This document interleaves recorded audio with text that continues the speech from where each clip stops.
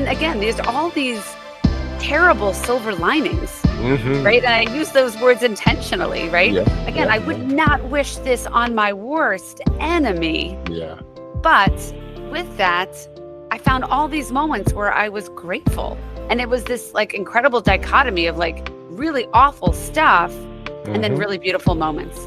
For that, it's, they always say cancer is a club you never want to join. But when you get there, there's some really great people and occasionally there's some good moments. Welcome to another wonderful day and another wonderful podcast. And we are here with me, Eli Devonte, help neurodivergent entrepreneurs actually with their businesses. But more importantly, we have a beautiful lady with us today. As always, I do not have a clue what she does, how she does things, what her backstory is, blah, de, blah, de, blah. Clueless Eli is his name and Clueless Eli is who I am. Welcome, Erica. Welcome. Thank you so much, Eli, for having me. And I love the spontaneity of this upcoming conversation. Yeah, so do I. I just hope that I don't mess it up. We just have to wait and see. Only time will tell. So let us do the thing that we always do on the podcast, and we'll ask you, what do you do in your successful business to help your clients be successful? And then we'll go with the flow. I actually feel like, Eli, I lead two lives. So I have a professional life where I do some really beautiful work for kids with cancer and their families. And then I have a personal life where I really support women who are facing breast cancer and specifically the choice to have a mastectomy, if you know what that is. It's a really invasive surgery to remove your breasts, move your body, remove those body parts that are causing you trouble. And I feel really passionately about that because it's something that people don't always talk about. Yeah, people tend to be quite afraid of talking about cancer, which I totally understand. And it runs rife in a lot of people's family because I believe 50% of us at some stage get cancer within our lives.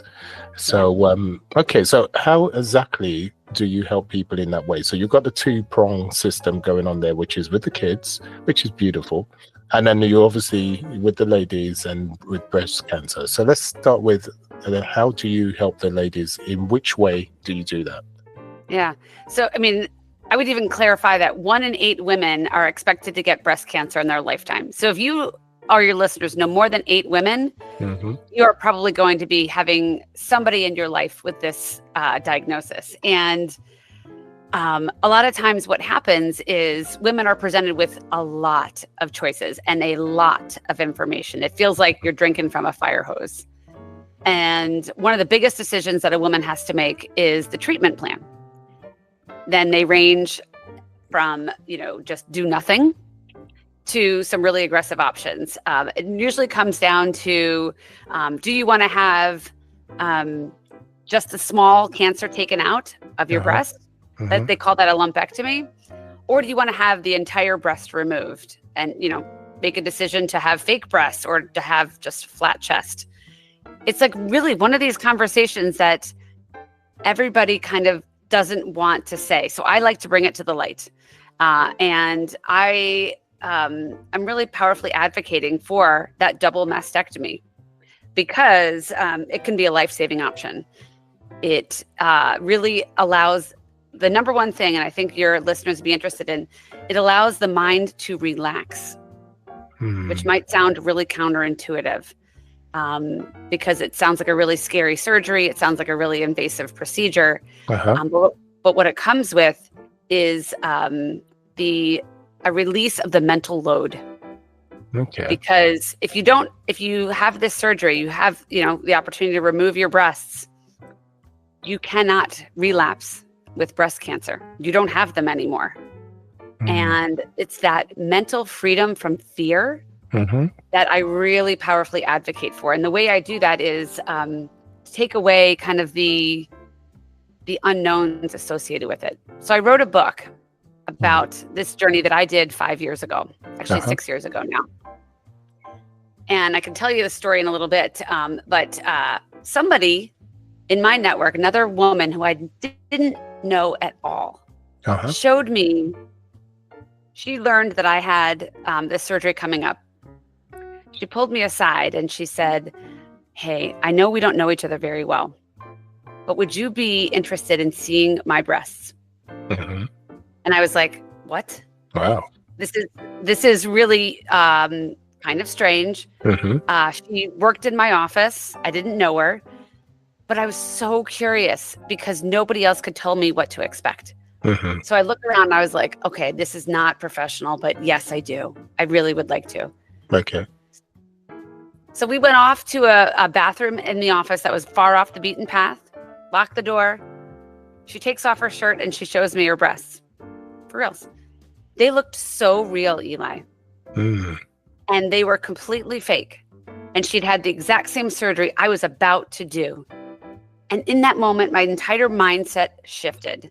And I was like, oh my gosh, I am going to be okay. And it was such a really rare gift, right? It was like this incredible opportunity that very few people get to experience. I don't know a lot of people who meet strangers who then shows them this intimate part of themselves just after meeting for a few minutes. I get it. And so that was my mission. This is how I help women. I decided in that moment I wanted to pay it forward. Because in that moment, this woman gave me such a gift of vulnerability. She gave me this gift of hope and this gift of like incredible vision as to what the end game was going to be. Great.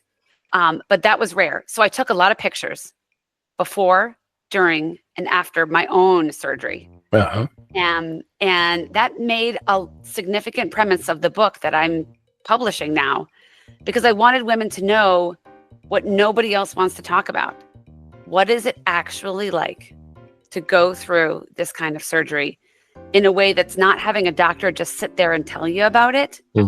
It's a way for you to actually see it.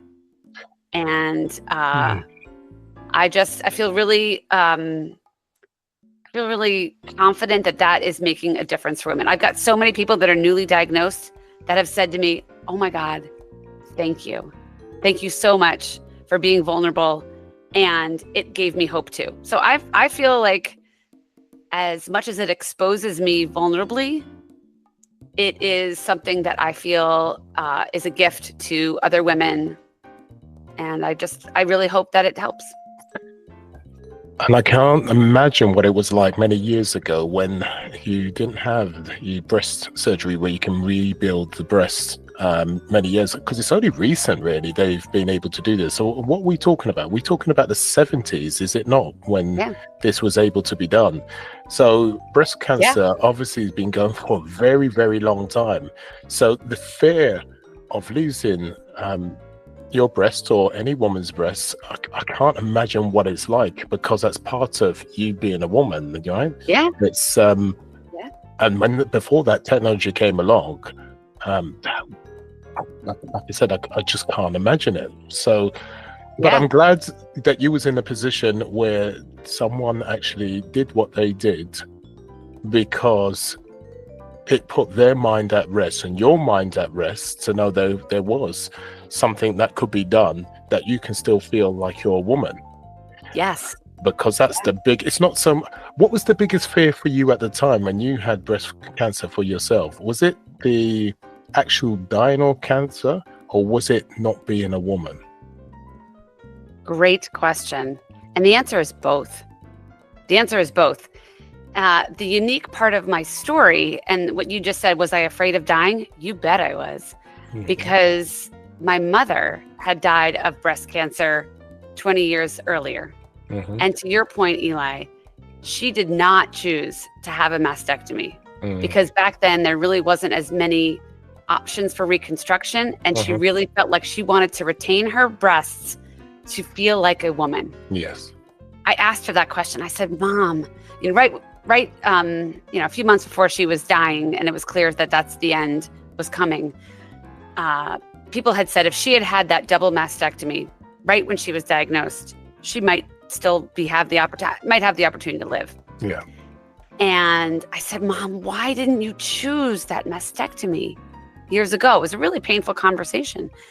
And she said, I just wanted to retain the ability to feel like a woman. And I was like, oh, I totally get it. And I'm so sad about it. So when it was my turn, I had carried that fear of getting breast cancer myself every day after she died. And so when it happened to me and I ended up with that same diagnosis, I was in the same spot as her years later. I was like, oh my God, number one, I cannot make this the beginning of my end. And now I have more options because I can have this reconstructive to look just like I did before.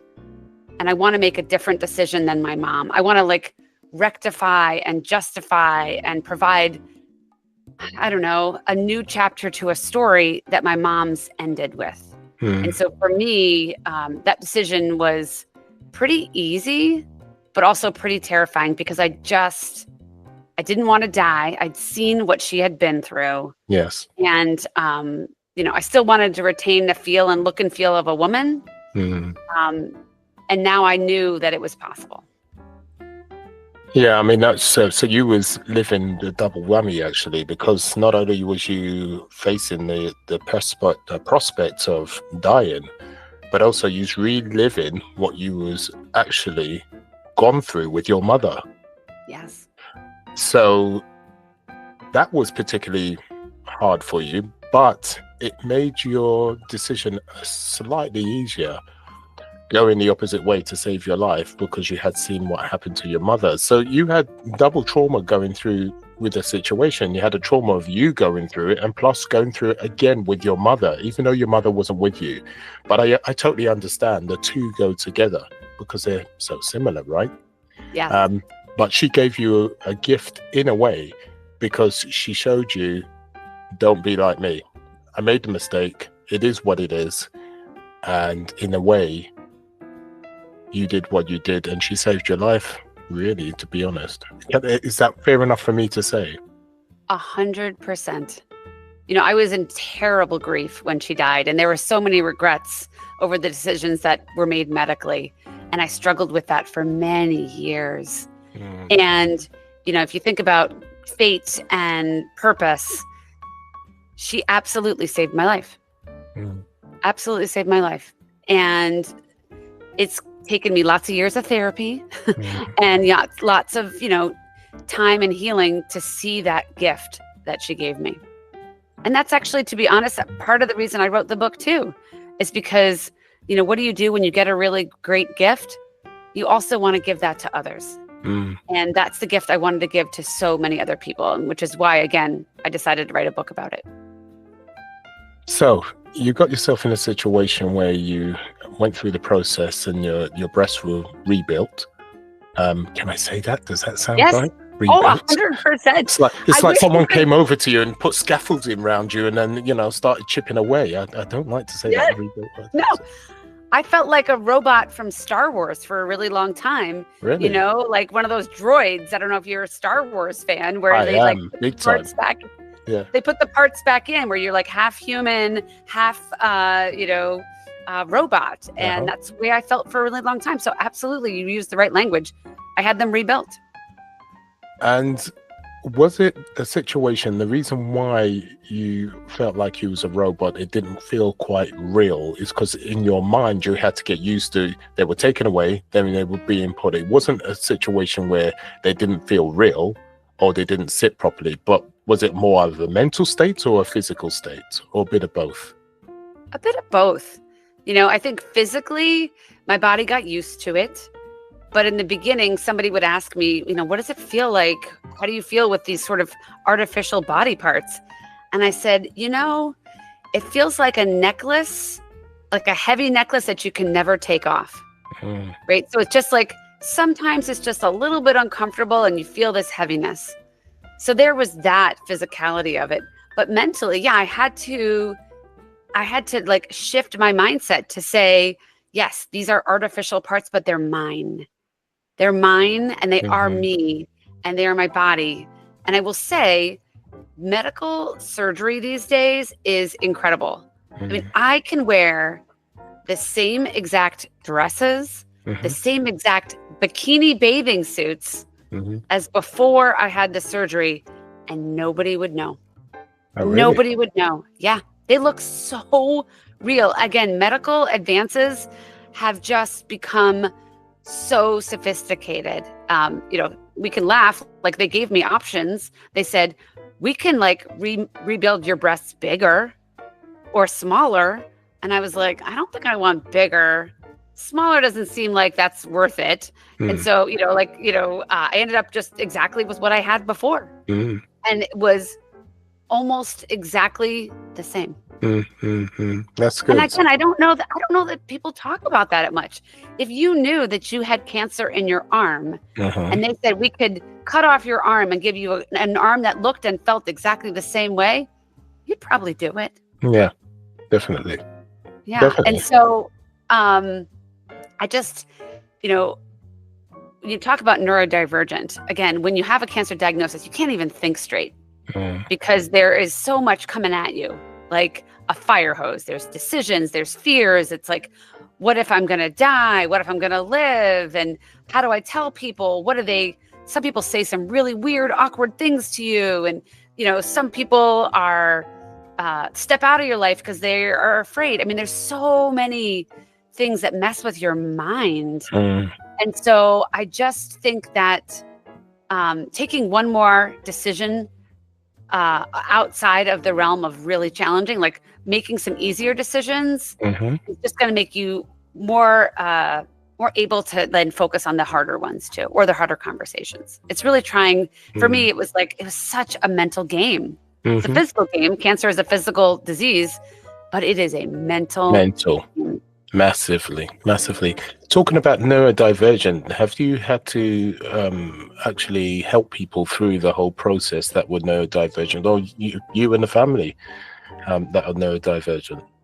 Yeah. I mean, I think, to be honest, I think we all are a little neurodivergent, right? Every human experiences it. I mean, I had to obviously tell my husband, probably has some neurodivergent tendencies too.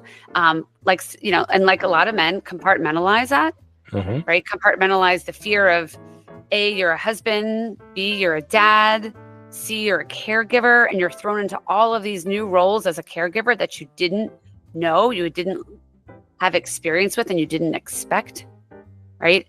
And then particularly having to talk to my children about it in their early development years of, their own mind share of it. My kids were 5 and 8, and their ability to comprehend what I'm saying and comprehend what these big words mean that don't make sense to them was a really interesting journey. My daughter was old enough to know what cancer was, but young enough to have a lot of questions about it. She knew that my mom had died, so she would ask me things like, Mom, are you going to die? And I'd have to answer these questions. And, these are really big conversations that can shape a mind when you're 8 years old. I think that it created some neural pathways for her about compassion and about people being different and still being okay. Again, I wouldn't wish this on my worst enemy, and I wouldn't wish it on children to have to comprehend that. But I feel grateful that my daughter was able to create stories in her mind about courage and hope. And she was able to really see what it's like to be in struggle and still be a mom or still be a woman. And as you can imagine, my kids see my fake breasts all the time. We're that family that, we all change together when we're heading out to the pool and things like that. And for my son, he was 5 at the time. He barely remembers it. But for him, he talks about it. He knows about it. And I think his level of acceptance of difference is higher than most kids. He's pretty empathetic too.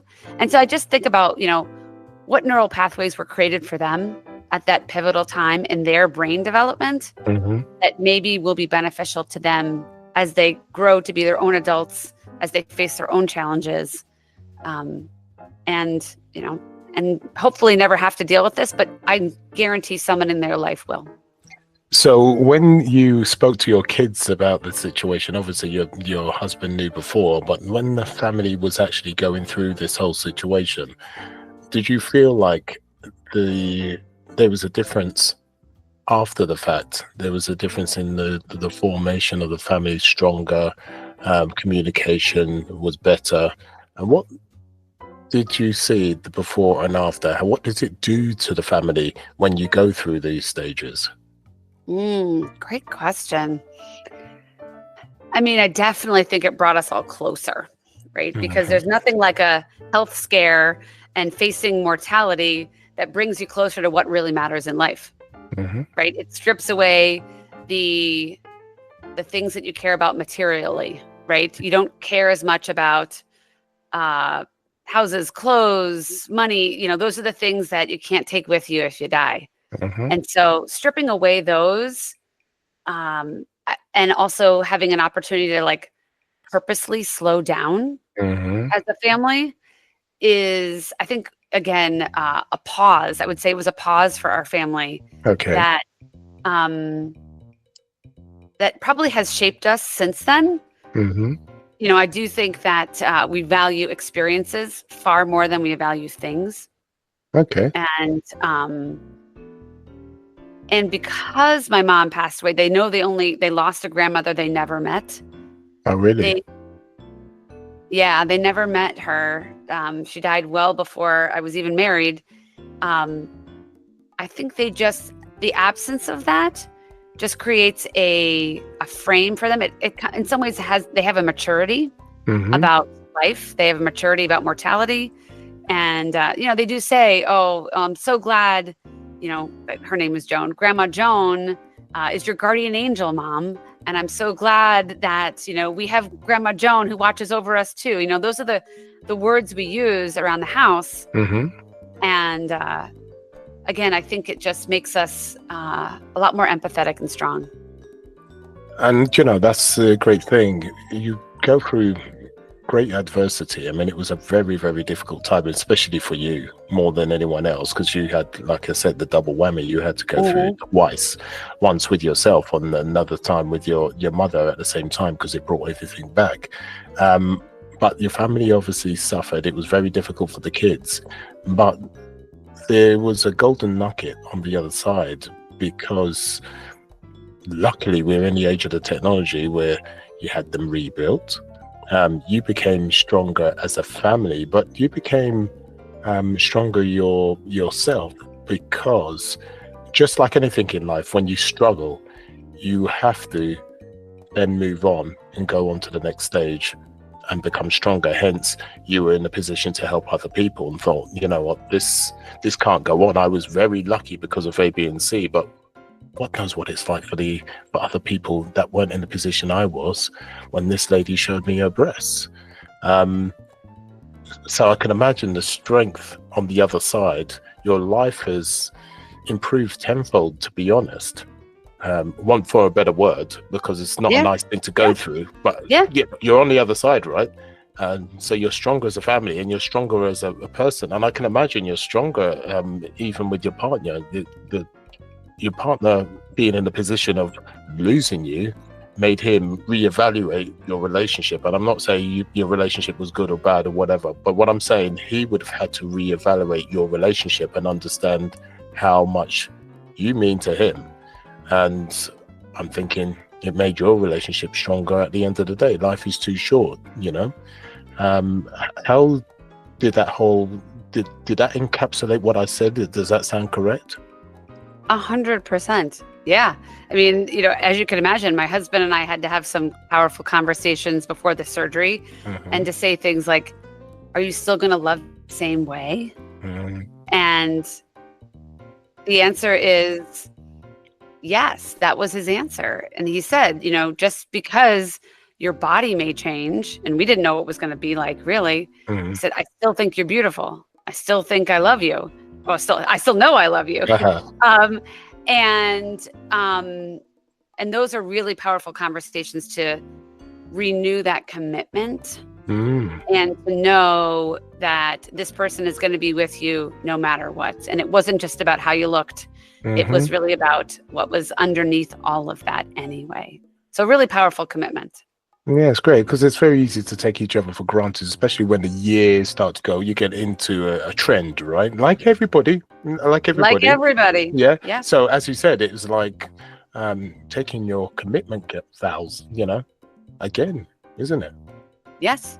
And again, there's all these terrible silver linings, right? And I use those words intentionally, right? Yeah, again, I would not wish this on my worst enemy. Yeah. But with that, I found all these moments where I was grateful. And it was this like incredible dichotomy of like really awful stuff and then really beautiful moments. And for that, it's they always say cancer is a club you never want to join. But when you get there, there's some really great people, and occasionally there's some good moments. I can imagine. Can I go back to speaking about your mother? The relationship you had with her must have been, I suppose it was up and down, because it was a situation that I take it she was never happy with herself. She wasn't totally, because of the decision she made, but she still didn't feel quite right, because obviously they had to take some away from her breast. So that must have changed her. No, I shouldn't assume. I'm thinking that must have changed her, because that's a massive thing in a woman's body, and because that's not quite right in her head. How did that change her, and how did that play with your relationship? Oh, such a great question. To start by saying I loved her dearly. I love her dearly. I would say that's not even past tense. And yet there were ups and downs during that time. She had a roller coaster of a battle. She battled for 4 years, and I would say she was cured and then relapsed 4 times. So you can imagine, we had the ups and downs of, we had that celebration party of being cancer-free, only to find out 6 months later it came back. And, as each of those relapses occurred, as you can imagine, the stakes got higher. And, I spent a lot of time trying to intervene. Right? Meaning I said, okay, Mom, wait a minute. You've relapsed now 3 times. We're going to go to some serious specialists. I'm going to leverage every network I have and every connection I have. And I'm going to get you into the best, fanciest cancer centers in the, country. And she said, no. I even got her appointments at Memorial Sloan Kettering. It's one of the best centers in New York City. She went once and she said she'd never go again. And I was like, what? What happened? And it was because she felt like her hometown, small town doctor cared about her the most. And that when she went to a fancy, highfalutin specialist, she was just the number, and she didn't feel comfortable. And I was like, okay, great. But let me give you a warm hug instead of you trying to get that warm hug from your, the oncologist at Memorial Sloan Kettering. I was really mad. I was really mad. I was like, this is not about who cares about you more. It's about who can save your life. And we had some really intense debates about this. And, and ultimately I could not force her to do what she didn't want to do. I could not force her to get that, quote, fancier care.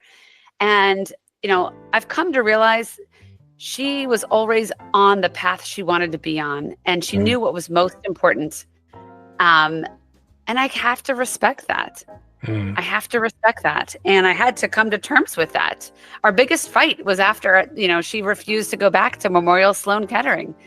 And then after that, I just let go. After that, it's not that I at that point knew that she was eventually going to die, but at that point, I just had to let go, trying to change the outcome and to change her outlook. Her decisions were hers, and she would say that these are my decisions. And I, do I have some regret over those? Probably, but again, in her last days of life, she said it was always going to go this way anyway. And I was glad that I was able to sleep in my own bed and to be with my own people during the journey. And, again, I've had lots of therapy to know that that's okay. Women or anyone in a health journey gets to make their own choices.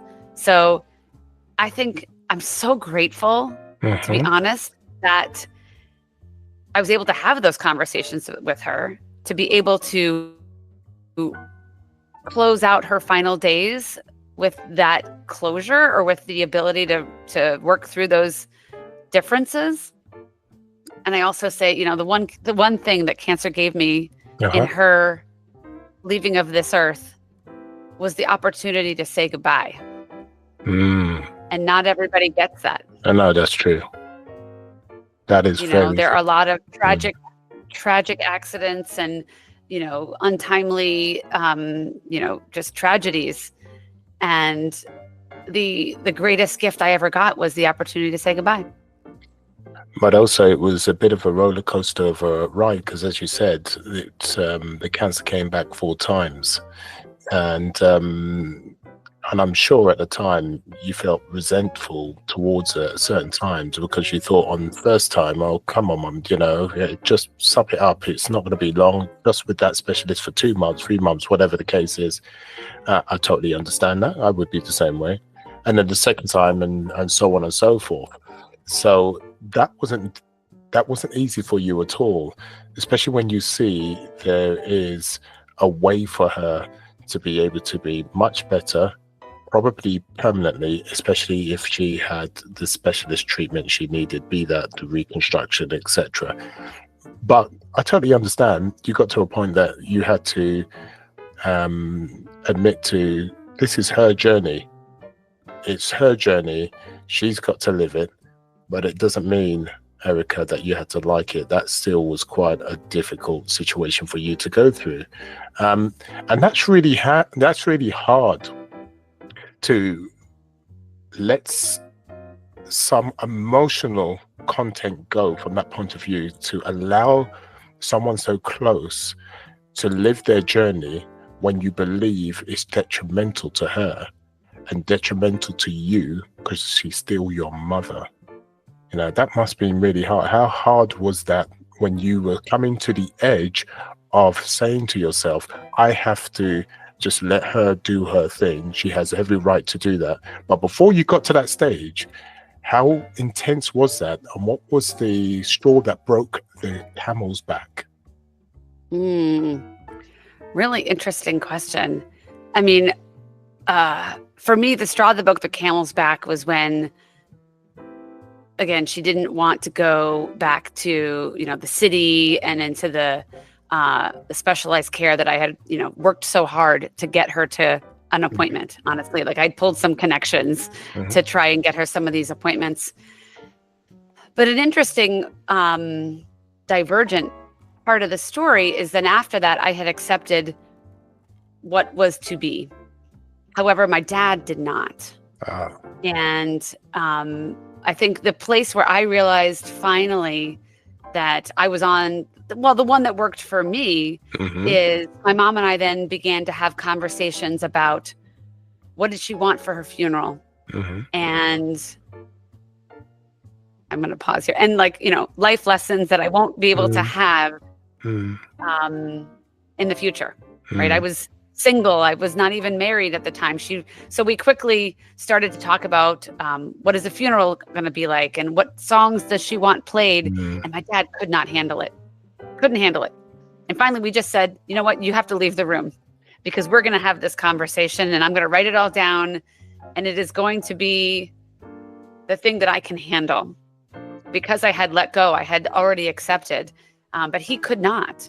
And in fact, 2 days before she passed away, she was in the hospital, obviously, and quite out of it, probably comatose most of the time. My dad kept saying, "When are we giving her more chemo? When is the chemo coming?" And I looked at him like, "Hey, Dad, I love you, and that is not the place that we are in." And so for me, the breaking point was I had accepted it. Let me hold you there. Sorry. Yeah. So when you said that to your dad, and you said that's not the place we're in, What was his reaction to you at that time? It was like disbelief. He kept saying, "Where is the doctor? Where is the chemotherapy?" And I had to like pull him into one of those patient rooms that they have with just the table and chairs. And I had to sit him down. And I said, "Dad, we are not at a place of treatment anymore." And I was so surprised he didn't know that. Mm. You know, I was like, "Dad, we are in hospice. We are making sure that she is most comfortable and not in pain in these final days and hours of her life." And I was so surprised. I had not understood the depth of his denial and disbelief, and that perhaps months ago, our two paths had diverged, right? Where I moved into a place of acceptance and he had continued in hope and disbelief, which is an okay place for someone, but I did not realize how deep the differences were. And I had a lot of compassion for him. He literally had no idea that she was probably about to die, whereas I was quite aware of that. And at that time, when you spoke to him, did the penny drop, or did that happen later on, way later on? Because you only had 2 days to go. Did at that point, did the penny drop with him, or did that happen a day or so later?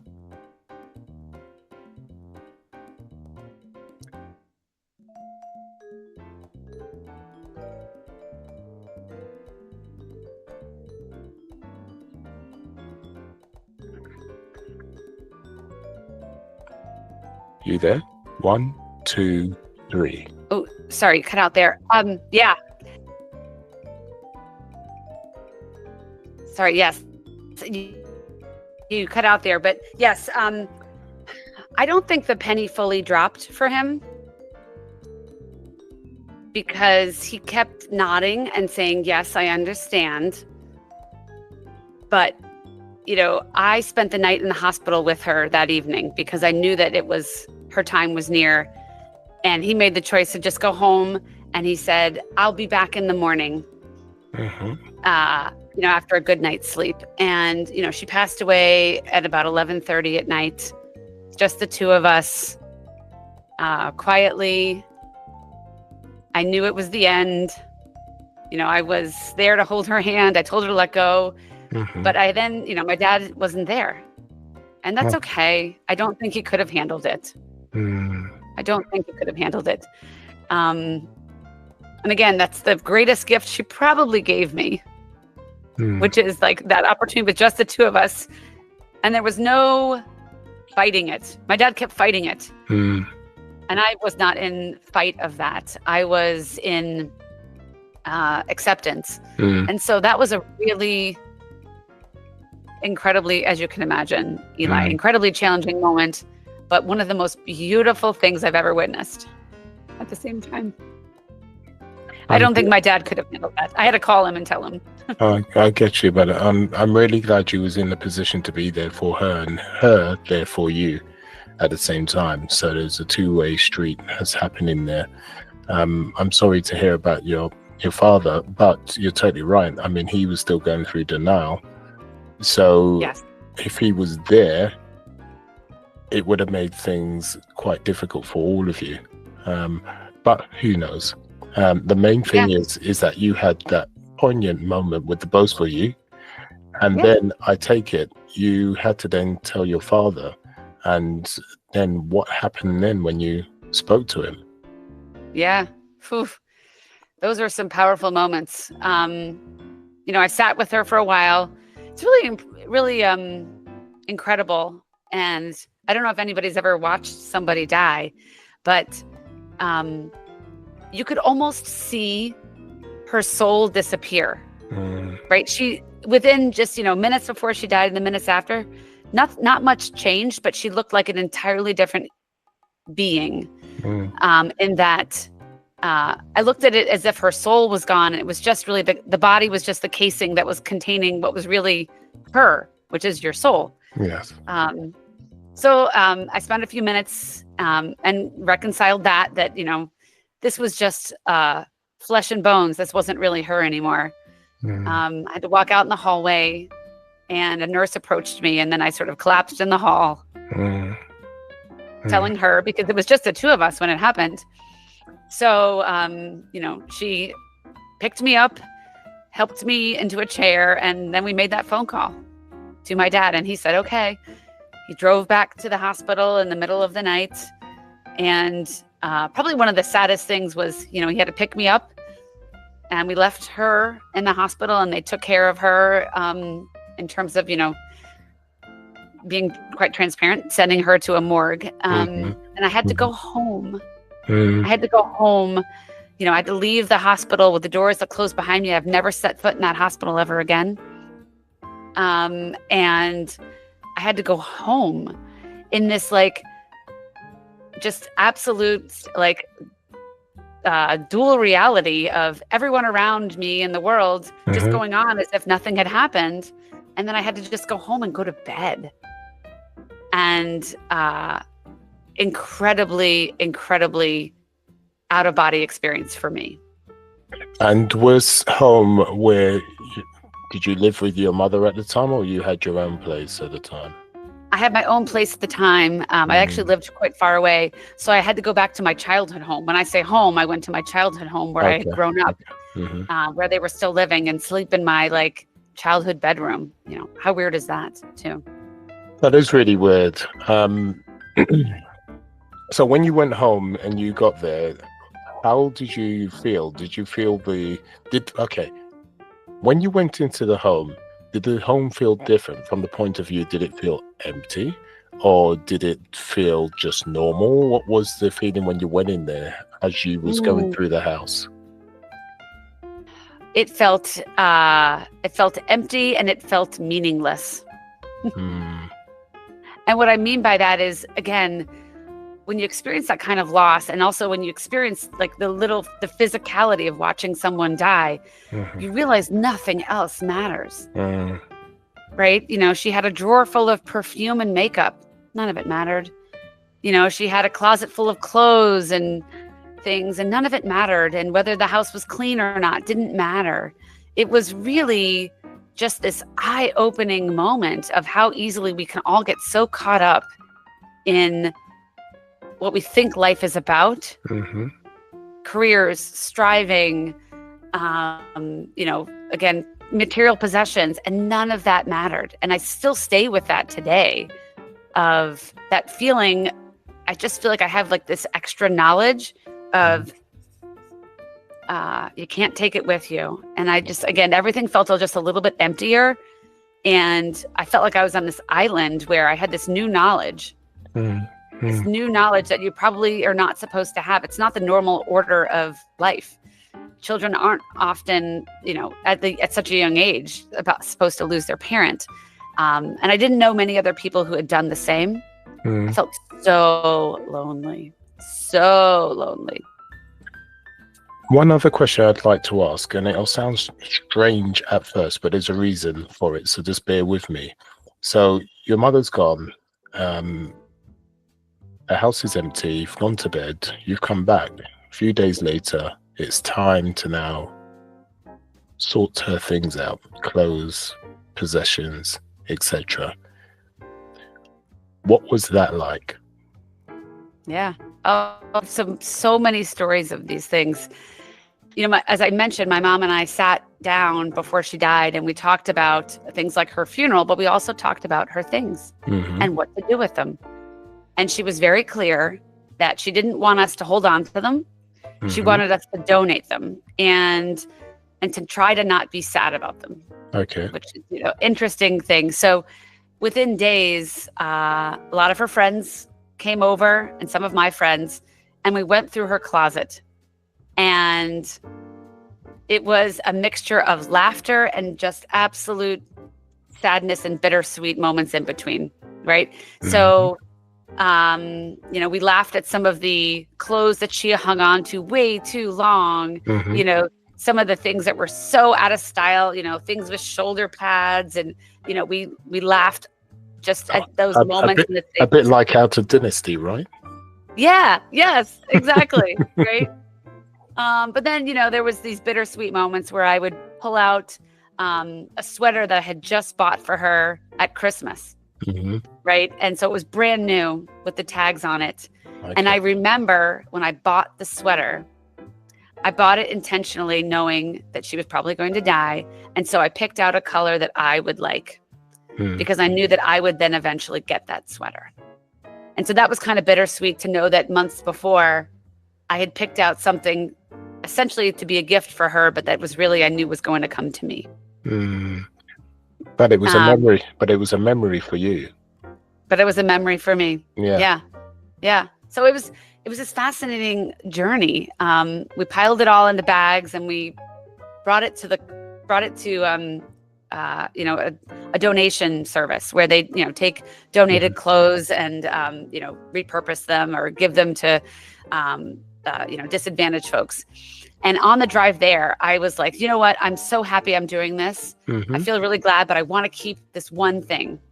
I want to keep her coat, like her winter coat. And, it was just like oversized for me. She was a little bit bigger than I was, but I was like, I want to keep the coat. So I have a lot of bags in the back. I go to the donation center. They open the doors of the back of my car and they start taking things out and everyone's helping because there's so many bags. And in the midst of it, I forget. And I forgot to pull out the coat. And I start saying, oh my gosh, like there was probably 30 bags of stuff. Where's the coat? Where's the coat? They can't find it. There's a line of people behind me. And I have to, in that moment, decide to drop it. And I said, you know what, it's okay.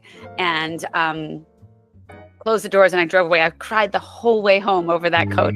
And I was like so mad at myself and I was mad at cancer. I was mad at God. And it was over this like one coat that didn't fit me anyway, and I could hear her. I could hear her in my mind laughing at me, of all things, being like, Erica, let it go. It's just a coat.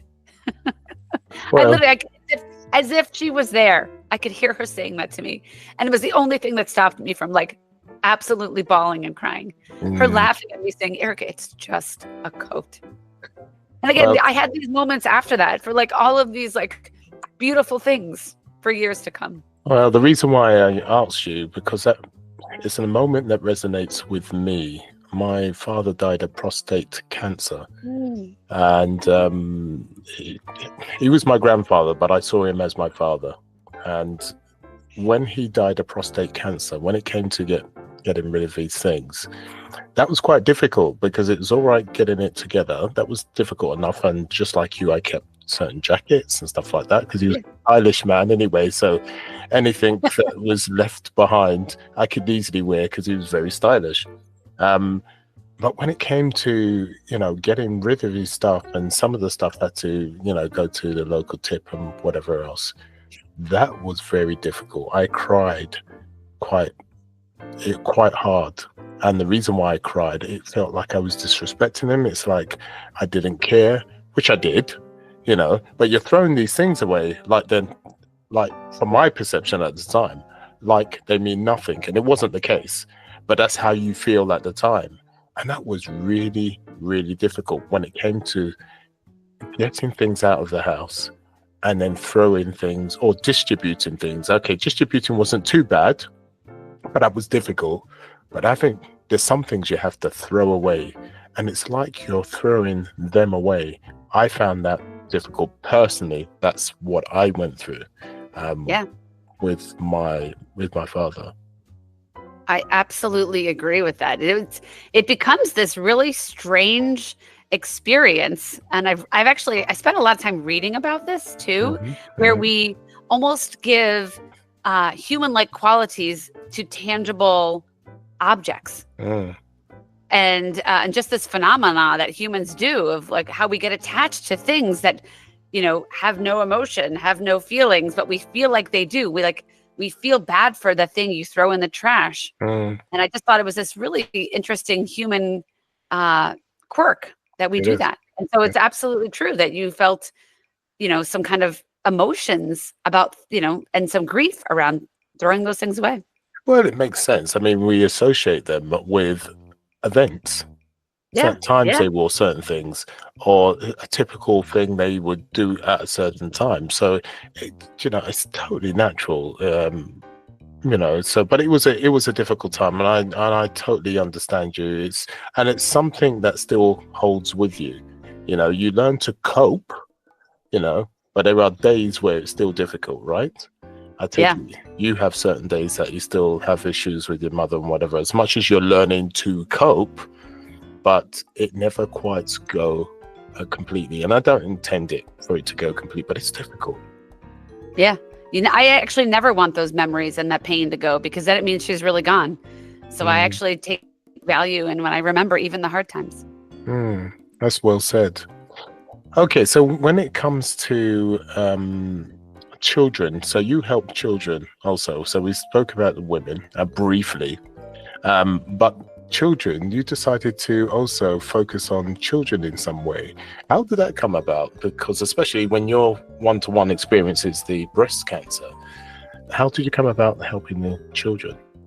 Yeah, it's so interesting. When my mom was sick, she would say, this is really terrible, right? I have this cancer and, it's not good, but at least I've had a full life, right? At least I'm not a kid.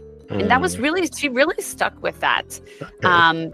And she had, in her own journey, had such compassion for kids. And so when I was in my early 20s and, probably a bit jaded by the corporate world and the jobs that I was holding, she said, why don't you stop your own pity party and go out and help somebody else?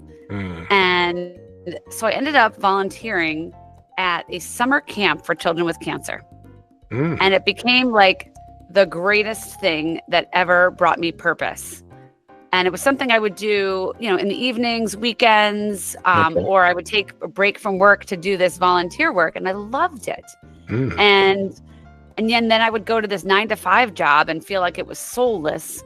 And, it was just, filling the pockets of others. And so after she died, again, I had this like moment of, what am I doing? Why am I spending my daytime just working these 9-to-5 jobs that are, for, again, these reasons that don't make sense to me anymore? And so I quit. I just out and quit. And again, I was really changed after she died about what's really important in life. But of course, naturally, then I started to panic when you decide it's really noble to quit your job and not work for a big company. But then you realize, oh, my goodness, I still do have to live on this earth and pay bills and have purpose. Totally. And I ended up networking like mad, just trying to find a job again, like just feeling like, what have I done? But I went to one of those networking events and a lovely woman walked up to me and she said, what are you looking for? I said, well, I'm looking for a new job in human resources. I said, well, you know what I really want? And it like came out of nowhere. I just blurted it out. I was like, you know what I really want to do? I really want to lead an organization that helps kids with cancer. And she was like, okay, like didn't expect you to say that, but all right. And, she, shook my hand, we exchanged business cards, and I never heard from her again. But 3 weeks later, she called me and she said, hey, I remember you. I only spoke to her for like, I don't know, a minute. She said, I remember you. And I saw this job at an organization called the Pinky Swear Foundation, and they help kids with cancer and their families. Would you be interested? And I was like, oh my God, yes, I would. And so I went after this job as if my life depended on it. I was not a traditional candidate. I'd never led a nonprofit before, but ultimately I got the job based on my experiences. And so today I lead an organization and we pay the bills for families when their child is in a cancer battle. So we'll pay their mortgage, we'll pay their rent, we'll pay their car payment, we'll give them gift cards for groceries or for gas. We really want them to like not focus on their financial situation and instead focus on the health of their child. And I love this work. I love the work and it's fulfilling every day. That's amazing. So when you had an epiphany, a situation where you thought enough is enough, I want to make a change, be someone that actually does something significant, right? And you did that, and one thing led to another, And you ended up in your perfect job. Yes. Yes. And it was the scariest thing I ever did because of all of the, the social stigmas, or also the social pressures, perhaps, of, a good career, a good job, stability and all those things. And I had to fight against them to fit into my values, my new values. And the scariest thing I ever did was quit a really good job. I had no complaints about that job other than it wasn't filling my soul, which feels really uncomfortable to say in cocktail party conversations, right? Someone looks at you like, you did what? I had a great job. I had a really cool one that people thought was amazing, and people couldn't understand why I quit. And I had to, really just stay true again to myself, my values, what I'd learned, my mom's legacy. All these things just suddenly felt more important. And I actually, as terrifying as it was, because I had always been driven, and I'd always been into stability and financial security, all those things. I was like, I feel like my mom and the universe are going to take care of me. It's going to work out. And, I did some things to obviously protect against that. I saved up some money, and, I did the smart things that every smart woman or person should do. But ultimately, I did take a leap of faith, and it worked out. That's really good. So when it comes to the kids, so you deal a lot with the kids. Is it the situation that you get kids of all types? So you get neurodivergent kids and other kids in other different ways. Okay. So how do you treat the situation differently? Are you in a position that you have to do certain things differently depending on their issues? And could you just describe what you go through that and what type of kids have certain issues? Yeah. It turns out that cancer does not discriminate, right? And we see kids with cancer who also have autism. We see kids with cancer that also have ADHD. We see kids with cancer that also have Down syndrome. It's probably one of the cruelest things to see these compounding challenges for a child. That's really the heartbreaker. And as I said, cancer doesn't discriminate. And so, we aim to support kids that have the greatest need, to be honest. Our budget can only go so far. And it is, sometimes we have to make tough choices. And so we do like to prioritize those who have the greatest need. And ultimately, those are children with multiple challenges in their life. And so that's where we usually aim to support those who need it the most. Okay, so is there a reason why? Is there certain situations why that you make sure you focus on them? Is there some examples why that you do that? Yeah, I mean, again, the financial challenges for families when they're in a cancer diagnosis are very real. Even if you have dual income families, mom and dad are working or both guardians, a lot of times a parent steps away from work. And then suddenly a family's income is cut in half. Yes. At a time when their expenses are doubling. And, so we will look at a lot of those cases, and especially kids who have multiple children. And some of them may have challenges themselves. If you have one child that's neurodivergent, you might have more. And those burdens financially become so deep. And we never want a family to make a choice between treatment and putting food on the table. I never want to have a family make a choice between putting gas in the car and choosing whether or not to get to the hospital, right? So I want to, again, take away some of the challenging choices where I can. We can't cure a lot of these things. We can't cure cancer. We can't change someone's neurodivergent status. But what I can do is I can pay their bills and make it a little bit easier for them. So do you go beyond, that's what you do is massive. First of all, that's ginormous because, paying the bills, well, that goes without saying. It's scary, especially when you've got a family to look after. But do you do anything as an organization beyond paying the bills? Do they go through anything else other than that with your organization? We do a lot of also emotional work. When I say that, I mean providing a sense of community and encouragement and a feeling of that you are not alone. So we have a lot of volunteers that simply write letters of encouragement to families with a child battling cancer. Really? It's so beautiful. Of course. It's so beautiful.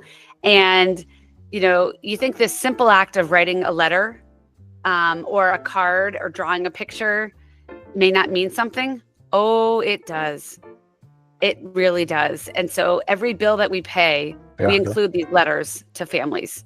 And we get pictures back. We get pictures of people who put them on their fridge, who take them with them to treatment.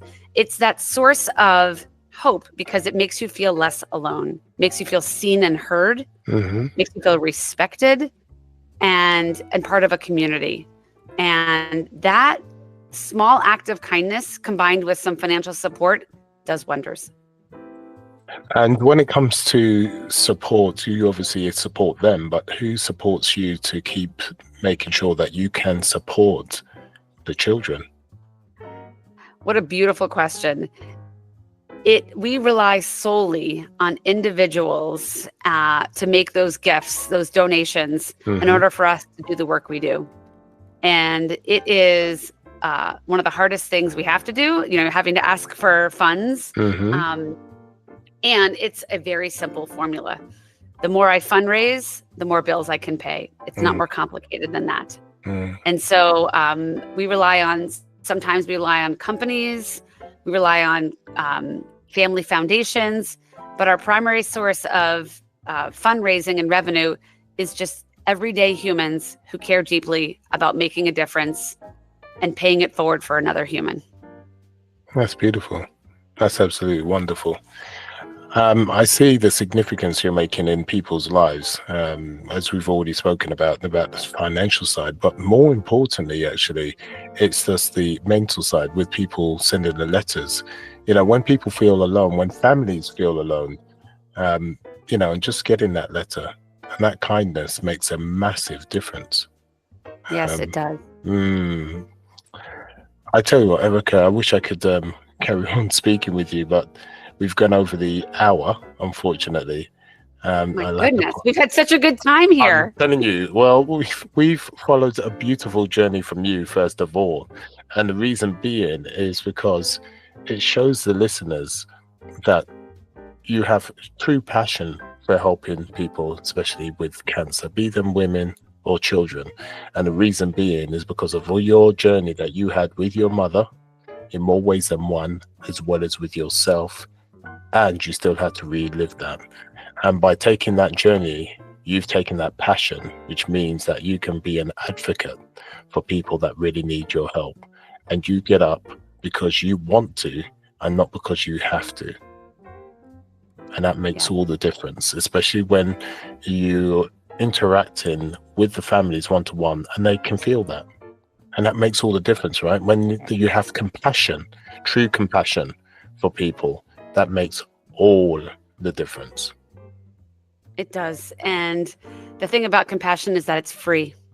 It's free to give and free to receive.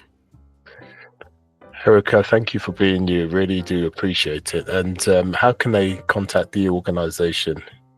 Yes, they can get on our website, which is www.pinkyswear.org. So that's a pinky swear that you make like with a child. Again, we make that promise to help people when they need it most.